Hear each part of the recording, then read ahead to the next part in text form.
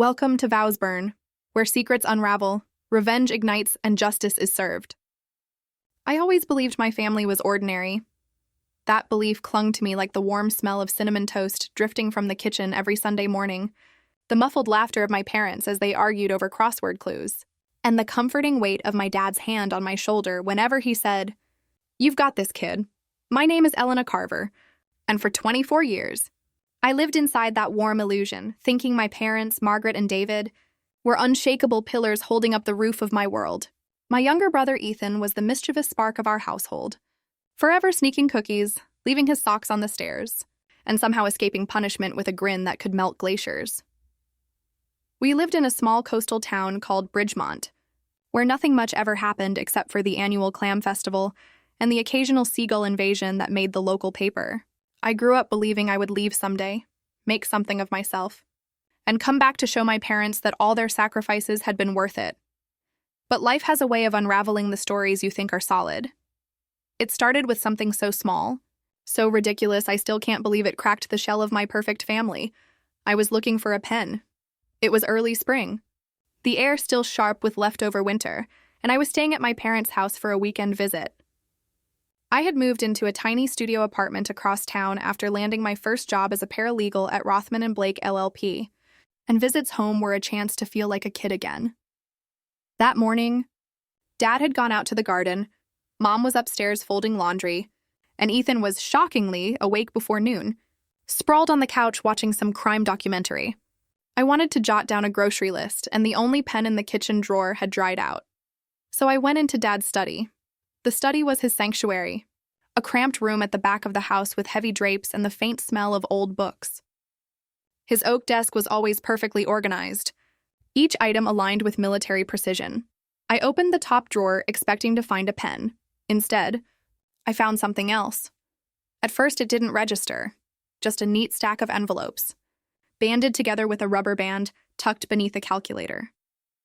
My fingers hesitated over them, like I was touching something alive.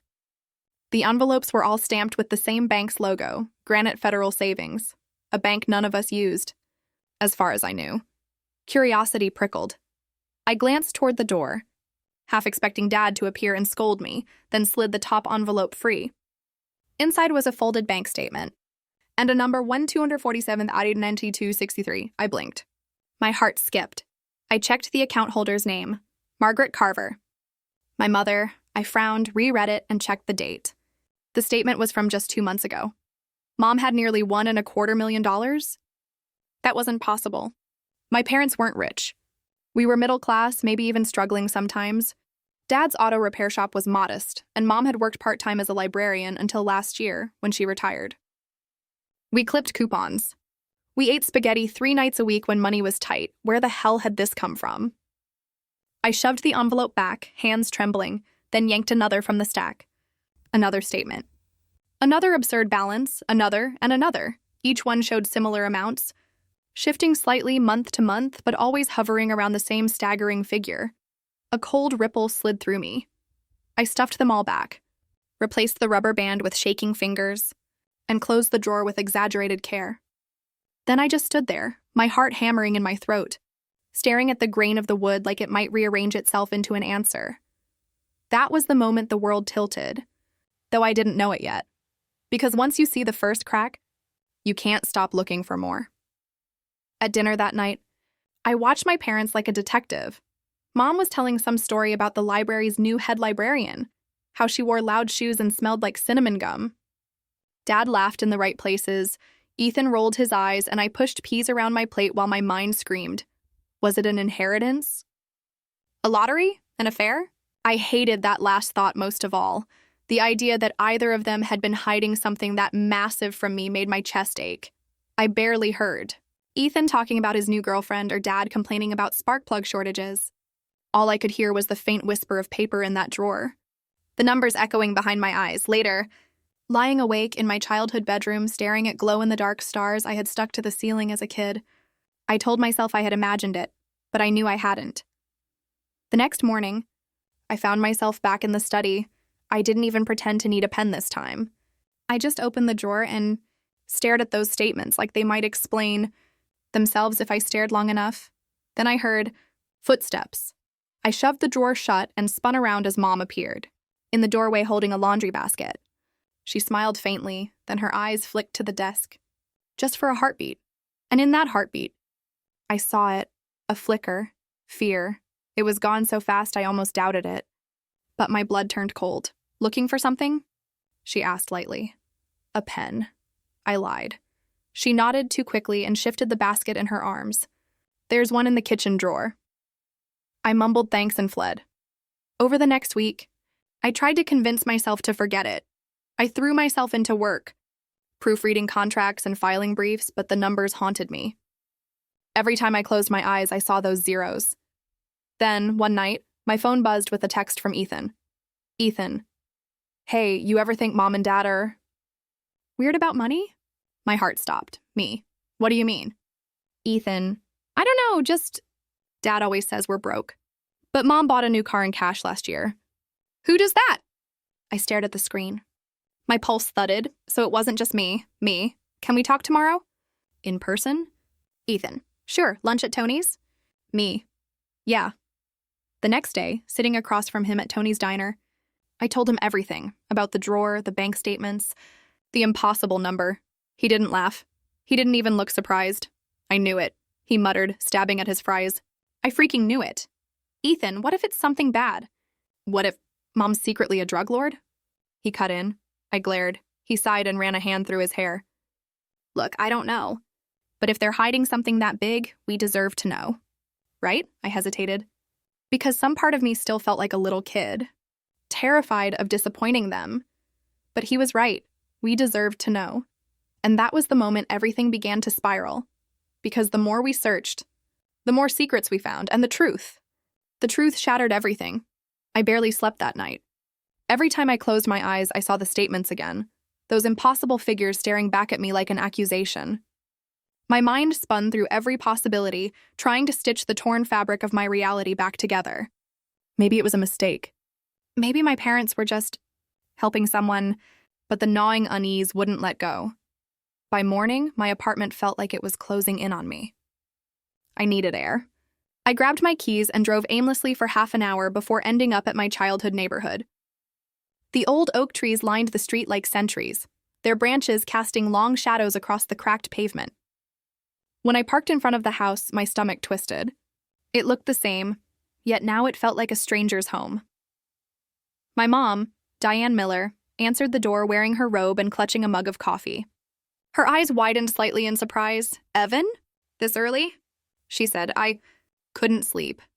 Thought I'd stop by. Her expression softened, but I could see tension behind her smile. Come in. Inside, the smell of cinnamon and old wood wrapped around me like a memory I didn't want to touch. My dad, Richard Miller, was already dressed, sitting at the kitchen table, reading the newspaper. He glanced up and gave me his usual warm nod. Morning, kiddo. Want some eggs? I sat, feeling like an imposter in my own life. No, I'm good. There was a pause. The clock on the wall ticked louder than usual. I had planned to ask them directly, to just throw the statements down on the table and demand answers. But sitting there, looking at them, their familiar faces, their tired eyes, I couldn't do it. Not yet. Instead, I said, remember when we went camping at Lake Wren? My dad smiled faintly. You caught a fish the size of your arm. Screamed like it was a monster. We laughed, and for a moment the tension cracked. But inside, I was screaming. Later that day, I met Lila Bennett at our usual cafe. She's been my best friend since high school, the only person who could read me like a book. When I slid into the booth, she raised an eyebrow. You look like you've seen a ghost. I pulled the folded bank statements from my jacket. I found this in my parents' drawer. She scanned the pages, her brow furrowing deeper with each line. Evan, this is millions offshore accounts? Exactly. Have you talked to them about it? Not yet. I don't know. I needed to tell someone first. Lila leaned in, voice dropping. Do you think it's illegal? Like laundering or... I don't know. I snapped louder than I meant to. A few heads turned. I lowered my voice. I don't know who they are anymore. She reached across the table and took my hand. We'll figure it out. But you need proof. If this goes deep, you can't just accuse them. Her words stuck in my head long after we parted. Proof. I needed more. That night, I returned to the house. My parents were out at a dinner party. I knew their routines too well. Breaking into my own childhood home felt wrong, but my hands moved like they belonged to someone else. The drawers in their study were locked, but I remembered where Dad kept the spare key taped under the desk. Inside, there were more documents, real estate deeds, strange contracts under shell company names, even a safety deposit box key from a bank I'd never heard of, Haven Trust International Bank. My heart pounded. My parents weren't just comfortable, they were hiding an empire. Then I found something that froze me, a photograph. It was of my father, younger, standing with a man in a dark suit in front of what looked like a private jet. On the back was a single name scrawled in my dad's handwriting, Marcus. I left the house shaking. Back at my apartment, I called Leela. I found more. There's a key. And a name, Marcus. Marcus who? No clue, but he looked powerful. Lila was quiet. Then she said, "You need to be careful, Evan. If your parents are tied up in something dangerous, I have to know. This is my family. Just promise me you won't do anything stupid." I didn't answer. The next morning, I took a sick day from work and drove to the address on the safety deposit box key. The bank was hidden in an office district with no signs, just tinted glass and marble floors. Inside, the clerk eyed me suspiciously when I presented the key, but after checking my ID, she led me down to a silent vault room. When the box slid open, my breath caught. Bundles of cash, gold coins, and dozens of passports, all with my father's face, different names, different countries, and at the very bottom a single manila envelope marked, "For Evan." My fingers trembled as I opened it. Inside was a letter, written in my father's neat cursive. "If you're reading this, I'm gone. There are things I couldn't tell you. Things I did to protect us. I only hope you'll understand." The rest of the letter dissolved into half explanations and cryptic lines about the syndicate and securing our legacy. I stumbled out of the bank like a ghost. Everything I knew about my life was a lie. The letter burned in my pocket the whole drive home. I couldn't stop replaying each word, the way my dad had written, "If you're reading this, I'm gone," as if he knew this day would come. My father, Richard Miller, had never been reckless or secretive. He was the man who taught me how to tie my shoes, who once drove through a snowstorm just to watch my soccer game. And yet, here I was, clutching evidence that he had lived an entire hidden life. By the time I got back to my apartment, my legs felt hollow. I locked the door and set the envelope on the kitchen counter, staring at it as if it might grow teeth. Then I grabbed my phone and dialed Lila Bennett. She answered on the second ring. "Evan, what happened?" "I found a letter," I said. My voice sounded strange, too calm. "From my dad." In the deposit box, there was a sharp inhale. "What did it say?" "That he did things to protect us. That there's something called the syndicate. And that if I'm reading it, he's gone." "Gone like dead?" "I don't know." My throat tightened. "He's alive. I saw him yesterday. But it's like he's already planning his disappearance." Lila's tone softened. "Evan, this is getting dangerous." "Yeah, I think it's always been. I barely slept." My mind kept snagging on one word from the letter, Marcus. The name is written on the back of the photograph. By morning, I'd made up my mind. If I could find Marcus, maybe I could understand who my father really was. I pulled out my laptop and began digging. No last name, no location. But the photo showed a private jet, its tail number barely visible. I zoomed in, enhancing until the blur formed letters. NX45MJ. I ran it through an aircraft registry database. One result came back, owned by a company called Marklight Holdings, registered in the Cayman Islands. A few more searches linked Marklight to an elusive investor named Marcus Hale. The name hit me like a gunshot. Marcus. Marcus Hale wasn't just rich. He was the kind of rich that lived in shadows. Offshore companies, private security, no photos newer than 10 years. Rumors tied him to energy deals, covert arms contracts, even political blackmail. And there, buried in an old business article, was the line that made my stomach drop. Hale is known to keep close ties with a discreet financial strategist, Richard Miller, who allegedly structures Hale's international holdings. My dad. He wasn't just complicit. He was the architect. I met Lila that afternoon, pacing outside the cafe until she arrived. She took one look at me and said, Oh God, what did you find? I handed her my phone with Marcus's name on the screen. She read silently, her eyes widening. Evan, this guy is dangerous. I think my dad worked for him.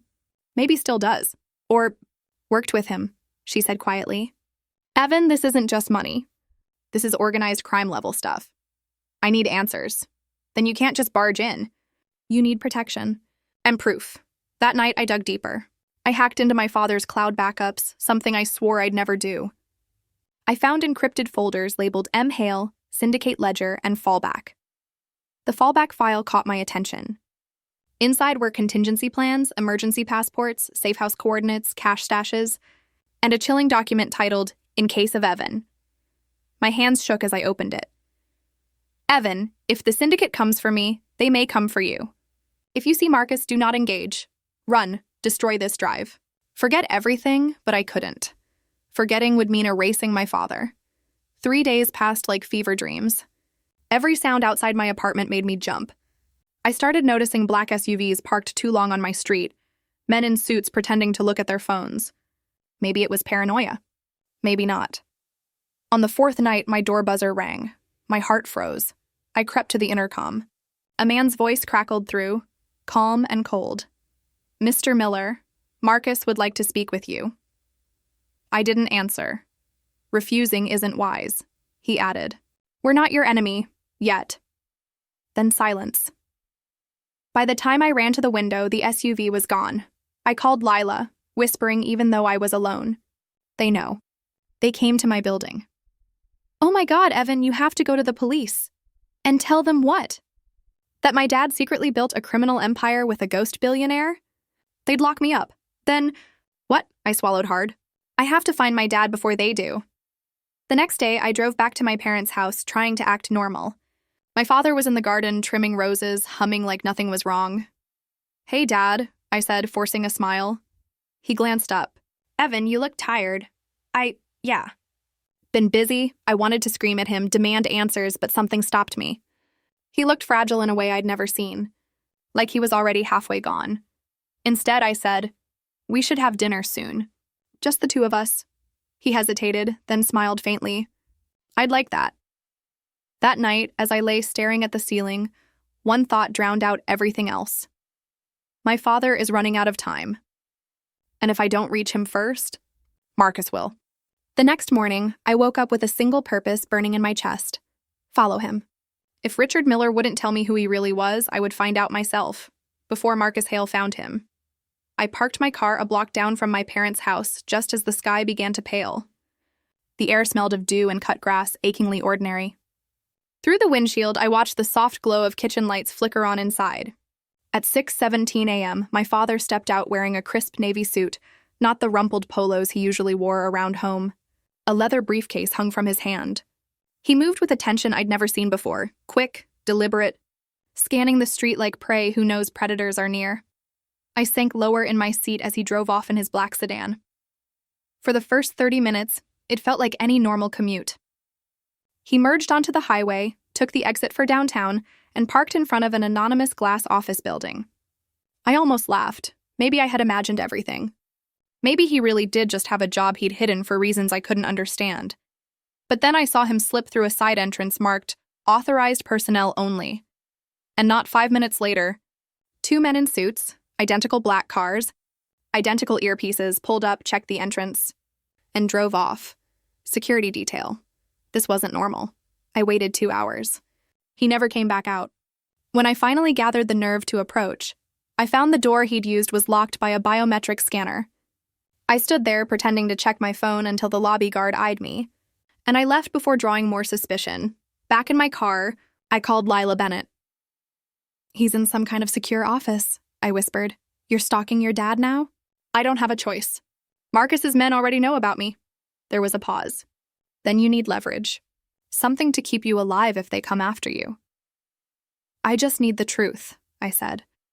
Truth won't protect you, she replied quietly. That night, I returned to the building. It was nearly midnight, and the city thinned out to ghosts. I wore black, hood up, pulse pounding so hard it made the world vibrate. My plan was half-formed, stupid. Slip inside when someone left, ride the elevator, see where my dad went. Luck favored the reckless. A janitor exited through the side door, and I caught it just before it latched. Inside, the air was cold, too clean. I crept down a sterile hallway lined with frosted glass doors. Most were dark, but at the far end, light spilled from a gap. I approached, crouched low, and peeked. My father sat at a sleek table surrounded by screens, speaking into a headset. His tone was clipped, commanding, "Transfer the Cayman accounts to Marklight Shell 7. Marcus wants it clean by Friday." I swallowed hard. On one screen was a map of offshore networks, lines of money flowing like rivers. On another, a live security feed of what looked like a private airstrip. Then he said something that froze my blood. "And if Evan gets too close, enact fallback protocol." Me. He was planning for me. My elbow slipped. A soft thud. My father's head snapped up, eyes piercing the glass like he could see through walls. I bolted. I sprinted down the hall, lungs on fire, burst through the exit door, and didn't stop running until I reached my car. My hands trembled so badly I could barely fit the key in the ignition. I didn't go home. If they were watching me, home wasn't safe. Instead, I drove to Lila's place, banging on her door until she stumbled out in pajamas. "Jesus, Evan, he knows," I gasped. He was talking about me, about a fallback protocol if I get too close. Her face went pale. "So he's protecting you, or silencing you." I collapsed onto her couch. "Lila, I don't think he's the man who raised me. He's like someone else wearing his face." She sat beside me, quiet for a long time. Then, maybe he became someone else to survive. The next day, an email hit my inbox from an encrypted address. No subject, nobody, just an attachment, a single photo. It was me. Taken from across the street, walking into Lila's building last night. Underneath was a timestamp. I stared at it until my vision blurred. They were letting me know they could get to me. Anytime. I knew what I had to do. If I couldn't stop my father, maybe I could reach him. The real him. The man was buried under all the aliases and lies. I sent him a message from a burner number. Dinner. Just you and me, no lies. Or I go to the press. Minutes crawled like hours. Then finally a reply, tomorrow. 8 p.m. The old cabin at Lake Wren, our place. The last place we'd been happy as a family. My stomach knotted, because if he chose that place, it meant he knew this might be goodbye. The drive to Lake Wren was silent, like the world was holding its breath. The cabin sat tucked deep in the woods, where the lake's surface mirrored the sky so perfectly it always felt like standing on the edge of another world. I used to love it here as a kid. Back then, Richard Miller would let me stay up late by the fire, spinning stories about explorers and treasure hunters, like he wanted me to believe the world was full of wonder. Now I wasn't sure if any of those stories had ever been fiction. By the time I pulled up, dusk had bled into night. A single warm light glowed through the cabin window. My heart hammered. This was it. Either I'd get answers, or I'd disappear like he planned. I killed the engine, stepped out, and forced my legs to carry me forward. He was inside, seated at the old wooden table, the same one we used to eat pancakes on. No suit tonight. Just a faded flannel shirt, sleeves rolled up, hands folded as if he'd been waiting for hours. "Evan," he said softly. "Dad?" A long pause stretched between us, taut as a wire. Then he sighed. "You found the box." "Yes." My voice was shaking. "The bank statements. The offshore accounts. The letter." His eyes darkened. "Then you know enough to be afraid." "I don't want to be afraid," I said, my throat tight. "I want to understand." He leaned back slowly. "Understanding is dangerous. So is ignorance." That made him smile just faintly. "You sound like your mother." "Don't." My voice cracked. "Don't drag her into this." She knew, Evan. The floor seemed to tilt. "What?" She helped me build it. "The syndicate. Not the crimes, they were never supposed to be crimes. It started as a failsafe, a way to move money for people trapped in corrupt regimes, whistleblowers, and journalists. We thought we were saving lives. And Marcus Hale?" I demanded. The name made him flinch. "He funded us." Quietly. At first, he believed in the mission. Then he changed. He saw power where we saw protection. He began using our network to launder his empire. When your mother found out, she tried to cut ties. And she paid for it. My stomach dropped. Her accident, he nodded once, eyes wet. Marcus called it collateral. I called it the end. For a long moment, neither of us spoke. The lake outside was black glass, the wind whispering through the pines. You stayed, I said finally. After Mom died, you stayed. I couldn't run. Marcus would have killed you. So I played his game. Kept him rich, kept you safe. He exhaled, ragged. But he's planning something catastrophic now. He calls it the reset. If it happens, millions could lose everything overnight. I stared. And you're still working for him? I'm dismantling him from the inside, he said. Piece by piece, but I won't survive it.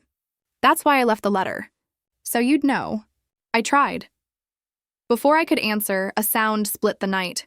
Gravel crunching, headlights swept across the window. My father's face went white. He found us. Marcus? He was already moving.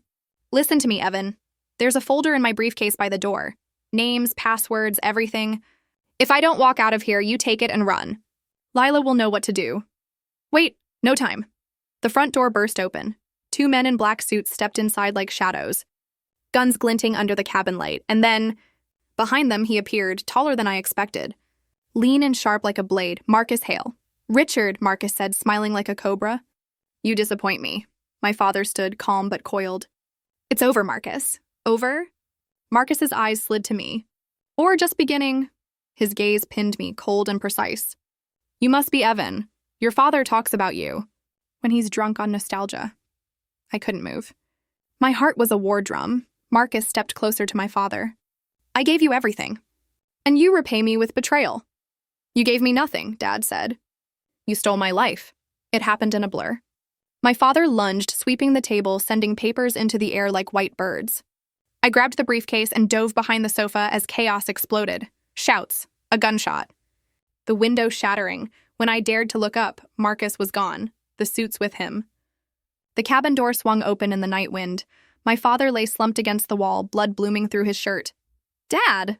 I crawled to him, hands shaking. He gripped my wrist, eyes fierce despite the pain. Run! Evan. They'll come back. I'm not leaving you. Live. That's how you beat him. His hand went limp. I don't remember running. I just remember the roar of the engine, the trees streaking by, the briefcase digging into my ribs. When I finally stopped miles away on a back road, I opened it. Inside were files, flash drives, and one single note, trust no one. Not even me. Sleep didn't come easily that night. My mind kept looping back to the mysterious account, the whispers of betrayal, and the creeping suspicion that something much larger than money was at play. When I finally drifted off, it was to fractured dreams of my dad in a suit standing on a cliff, tossing wads of cash into a churning ocean while my mom stood behind him, expressionless. By morning, I knew what I had to do. I had to talk to Aunt Linda. She had always been the odd one out in our family. While everyone else lived close to home, Linda had moved states away years ago, claiming she needed space from all the drama. As a kid, I'd thought she was just eccentric. Now, it seemed like she might have been the only one who saw things clearly.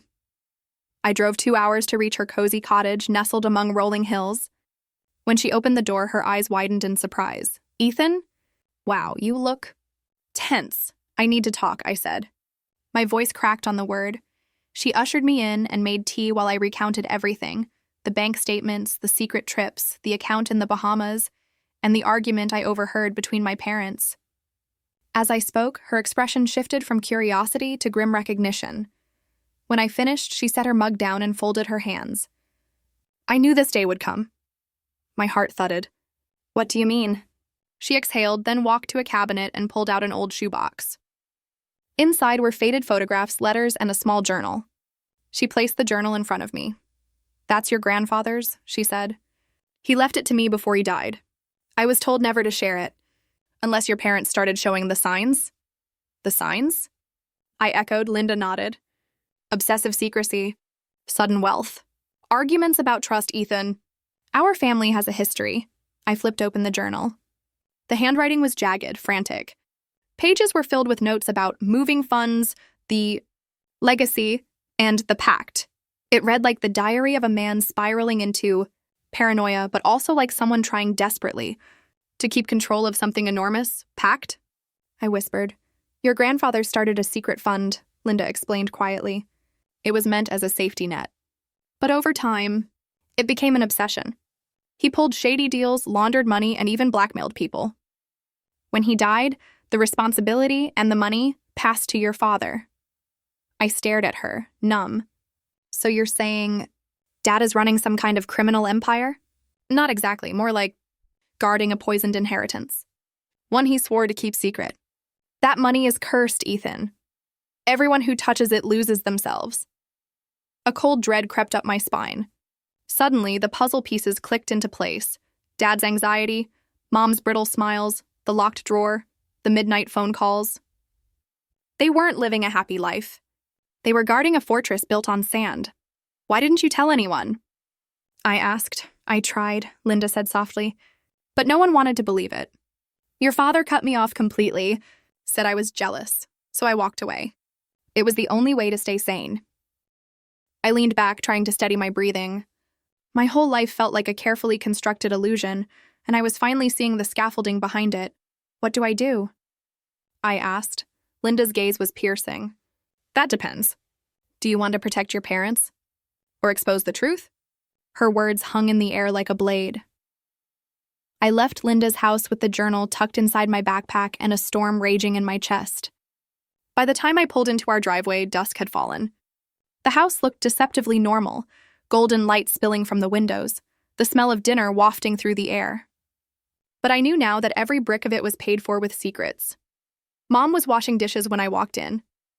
Dad was in his study, the door shut. The same old scene, but nothing about it felt safe anymore. I went straight to my room and spread the journal pages across my desk. They were riddled with codes, dates, initials, and numbers that looked suspiciously like offshore account digits. One page stood out, a map with an X drawn in red ink on a location in Nassau, Bahamas. That was where the money was. A plan began to form, reckless but unstoppable. If I could get into Dad's office, maybe I could find the access keys or credentials tied to that account. If I exposed it, maybe I could free us all from this nightmare. Or maybe I'd destroy everything. I waited until the house was silent. Around midnight, I crept to Dad's study. The door was locked, but I'd swiped his spare key earlier that evening, tucked in the kitchen junk drawer. My hands trembled as I slipped it into the lock. Click. Inside, the study was cold and still. I rifled through his filing cabinet, checking behind books, tapping the wood panels for hidden compartments. Nothing. Desperation surged. Then my gaze fell on the painting of a ship on the far wall. It was slightly crooked. Heart hammering. I lifted it. Behind it was a small safe, and taped to the frame was a yellow sticky note. It said only, "If you found this, Ethan, it's too late." The note trembled between my fingers as though it carried an electric current. My own name in my father's handwriting. It rooted me to the spot, and for a long moment I couldn't breathe. Too late for what? My heart pounded so loud it drowned out the house's silence. Finally, I peeled the note away from the frame, stuck it into my pocket, and stared at the small matte black safe behind the painting. It had an old-fashioned combination dial and a biometric scanner. Dad always loved gadgets, and now I hated him for it. I tried the obvious first, his birthday. It didn't work. The scanner blinked red at my fingertip. Of course it did. I thought about smashing it open, but the sound would wake the whole house. I needed to be smarter. I shut the painting back into place, erased every trace of disturbance, and crept back to my room like a thief. I lay awake until dawn, mind spiraling. The note kept repeating in my head, "If you've found this, it's too late." By morning, I had decided. I had to confront him. Dad was already in the kitchen, tie loosened, sipping black coffee. Mom was in the garden pretending to tend the roses. I could feel tension thrumming through the walls like static electricity. "Dad," I said, voice tight, "we need to talk." He glanced at me, and for a second, just a second, I saw a flash of panic in his eyes. Then it was gone, replaced by his usual calm mask. "What about?" "I found the bank statements," I said. His cup froze halfway to his lips. "And the journal," I added. "From Grandpa Richard. Aunt Linda gave it to me. His knuckles went white. Slowly, he set the cup down. Mom's voice floated in from outside. "Everything okay in there?" "We're fine," he called, eyes locked on mine. "Go upstairs, Ethan." "No," my voice cracked. "You need to tell me the truth." Something broke in his expression. He rose from the table, grabbed my arm, and steered me to his study. The door shut with a soft click, sealing us in. "You weren't supposed to know," he said, pacing. "I thought I could keep you out of it." "Out of what?" I shouted. "The secret fund? The hidden accounts? What the hell is going on?" He stopped pacing. For the first time in my life, my father looked small, frightened. "Your grandfather built something monstrous," he said. "It started as an emergency trust fund, then grew into a network of offshore holdings, shell companies, and debts to dangerous people. When he died, it all fell to me. I didn't want it. But if I'd let it collapse, they would have come for us. For your mother. For you. Who are they?" I asked. He shook his head. "You don't want to know their names." A chill ran down my spine. "Then why keep it going? Why not burn it down?" His laugh was hollow. "You think I haven't tried? Every time I move the money out, more appears. The system runs itself now. It's like a living thing. The moment I stop, they notice. And people start disappearing." I stared at him, horrified. This wasn't just a family secret, it was a trap. "So you're stuck," I whispered. "Yes." He slumped into his chair. "And now, so are you." The words hit me like a blow. My life had split cleanly in two, before I knew the truth and after. I stumbled out of his study, barely hearing him call my name. Outside, the sun blazed as if mocking me, lighting up the perfect suburban street. I wanted to scream. Instead, I walked until my legs burned, thinking, planning. If the system was self-sustaining, maybe it had a heart. A server, an administrator, something. And if I could find it, maybe I could kill it. Back home, I locked myself in my room and opened Grandpa's journal again. Hidden among the chaos of notes was a name, Blackthorn Trust. It was mentioned only twice, but both times next to offshore routing codes and a date. Next Friday, a transaction was scheduled. If I could intercept it, I might trace where the money was going. And maybe end it. That night, I sat at my computer long after my parents went to bed. Using the routing numbers, I tunneled through layers of encrypted archives, abandoned business websites, and dormant bank shells. Hours passed. My screen filled with dead ends and error codes. Then, finally, I hit something alive, a hidden portal, accessible only through a direct IP and requiring an invitation code. And on the login page, embossed in dark gray letters, was a symbol I recognized from Grandpa's journal. A black thorn wrapped around a coin. Blackthorn Trust. My stomach clenched. I didn't have an invitation code, but I knew who might. I looked down the hall toward my father's study. The safe, the invitation code was probably inside it. The house slept in silence. I crept to the study, heart jackhammering. The painting still hung on the wall, hiding the safe like a silent sentinel. I knelt, fingertips hovering over the cold dial. Behind me, the floorboard creaked. I spun around and froze. Mom stood in the doorway, her face pale, eyes glittering in the darkness. "You shouldn't be in here," she said softly. And in her hand, gleaming faintly under the moonlight, was a small revolver. "Mom," my voice was barely a whisper. "What are you doing with that?" Her hands didn't tremble.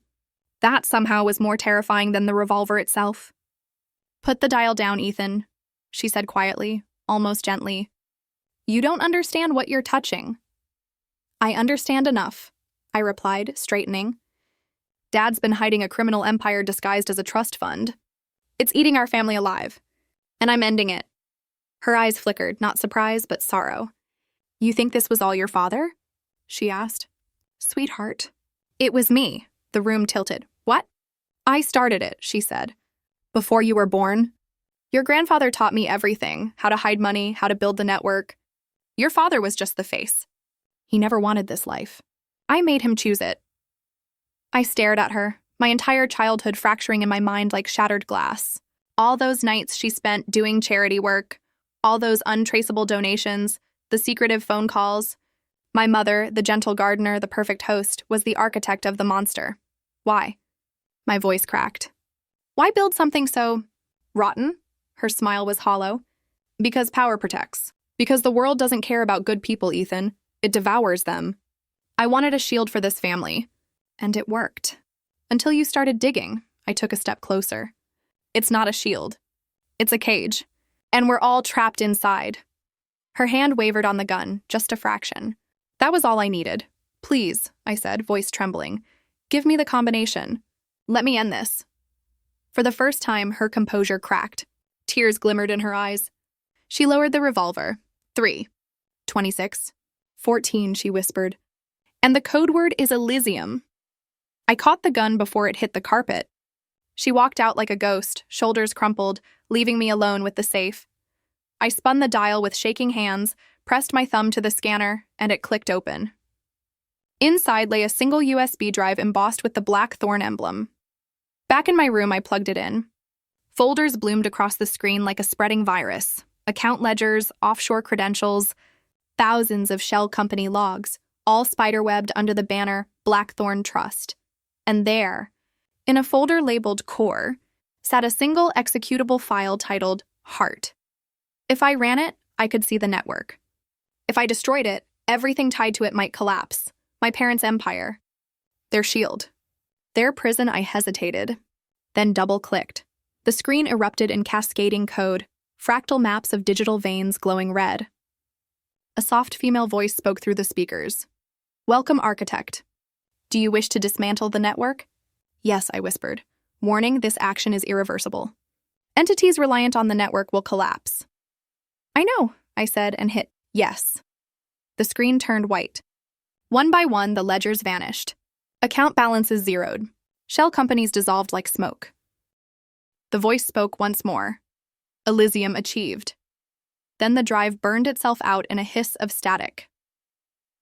Silence. Morning sunlight slid through my curtains. Downstairs, I heard my father's voice, raw, panicked, calling my name. My mother sobbed quietly. Phones rang unanswered. Their world had ended overnight. I walked into the kitchen. They both stared at me like I was a stranger. It's over, I said softly.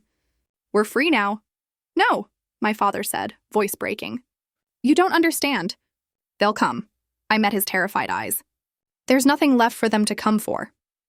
And I walked out the front door as the sun rose. The weight of generations slipping from my shoulders like chains turned to dust. For the first time, I could breathe. For the first time, I was truly alive. This is Vowsburn. Stay tuned, because every story has a twist. Subscribe for the drama.